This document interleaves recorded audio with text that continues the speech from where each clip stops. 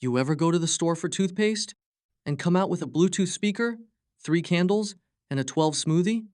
Yeah, you're not alone. Overspending doesn't happen because you're bad with money. It happens because your brain is way better at wanting things than it is at protecting your wallet.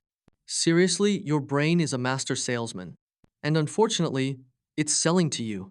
It starts with this little hit of dopamine every time you think about buying something. Not even the purchase, just the idea. That excitement?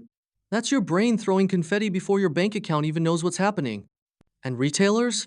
Oh, they know. Everything from lighting, music, Smell 7, the way price tags are written is carefully designed to bypass your logic and tap into your emotions. You think you're choosing, but in reality, your brain's already halfway down the checkout aisle before you've finished your first lap around the store. But here's the twist. It's not just the environment, it's you too, because most overspending comes from emotional triggers. Stress, boredom, guilt, comparaison, even celebration. Your brain doesn't see spending as a financial decision, it sees it as relief. A quick fix, a tiny, shiny way to feel better. You feel anxious?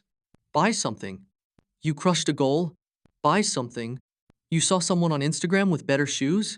Guess what? You're suddenly at checkout again. It's sneaky. And the worst part?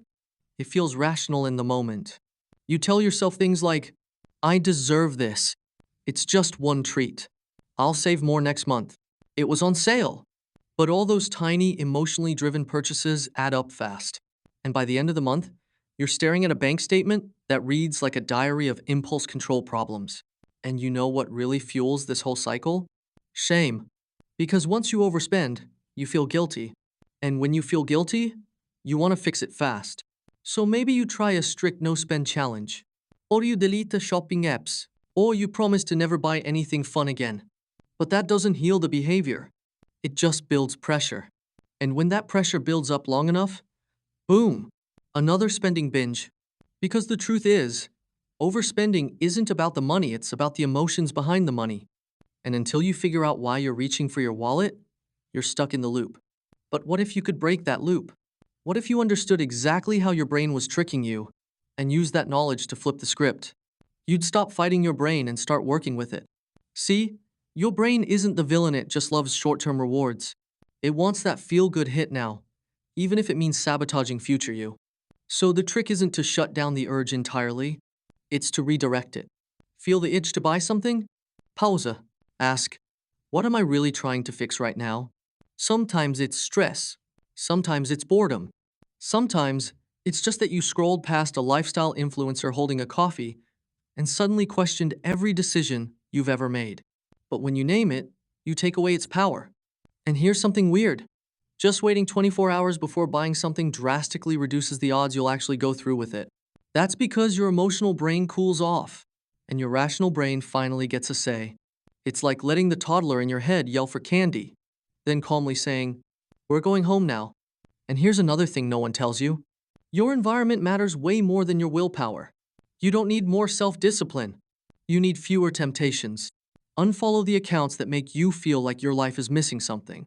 Delete the apps that open a checkout screen before you even blink.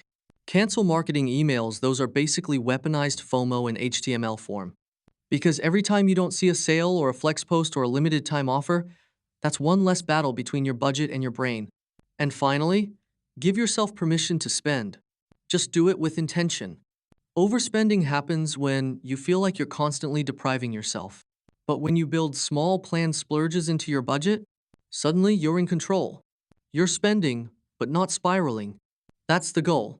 Not to never spend, but to spend in a way that feels good after, not just during.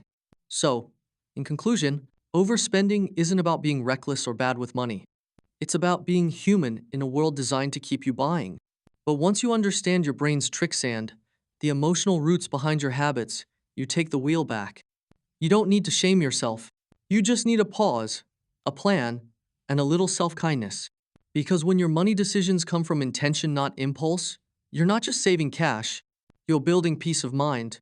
If you want me to make other videos explaining these topics, please like and subscribe. Thanks for watching.